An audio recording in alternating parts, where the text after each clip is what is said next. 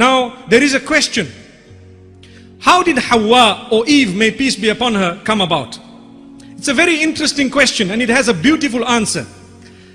According to some of the narrations, Adam alayhi salam was the only species, the only of his kind, mankind, one. There was no one else.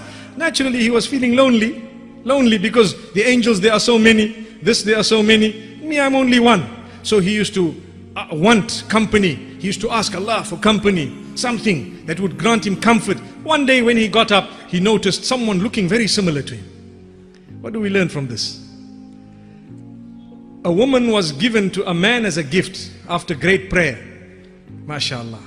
So we ask Allah subhanahu wa ta'ala really to make us from those who can appreciate that and who can understand it.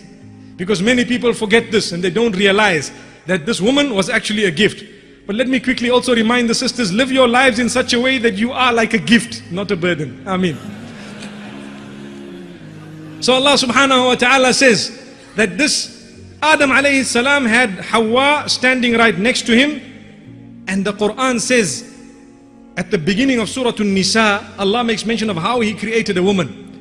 أعوذ بالله من الشيطان الرجيم بسم الله الرحمن الرحيم يا أيها الناس اتقوا ربكم الذي خلقكم من نفس واحدة وخلق منها زوجها وبث منهما رجالا كثيرا ونساء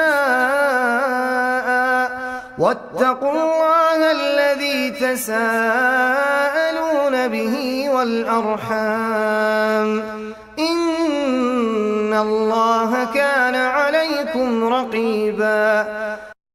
And He says we created from him, meaning from Adam, his spouse, his wife, which means Hawa. Now there are certain people who are embarrassed and they say, no, we weren't created from man.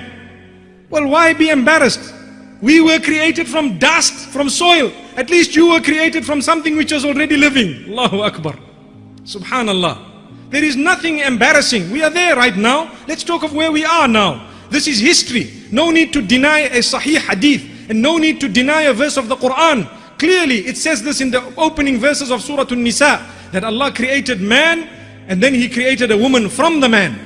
So, the hadith of Abu Hurairah radiallahu anhu in Sahih al-Bukhari makes mention of the rib of Adam alayhi salatu wassalam. There is nothing wrong with being created from a rib. And when the hadith speaks about how a rib is bent and how the top of it is bent, and if you try to straighten it, you might crack it. So be very, very careful how you treat your women. I think a lot of the women don't understand that hadith. And they take it personally and they take it wrongly. They think it's an insult. Wallahi, it's not. All it is telling the men folk that be careful how you handle the women. Be very kind to them, be very tolerant, and be very, very patient with them. Because if you want to straighten them like a pin, you might end up cracking them, which is true. You can't have your wife exactly as you want. No. No two human beings are the same. Not at all. You know, when I was young, we were always told the 5 fingers are not the same. One day my dad came along and he says, well, if you make an effort, they can all be one. You see, you need to bend one and change the other one and do this to the other one. Then you get all of them in one line. So it means an effort is required for us to be on par. There is a give and take. May Allah subhanahu wa ta'ala grant us goodness.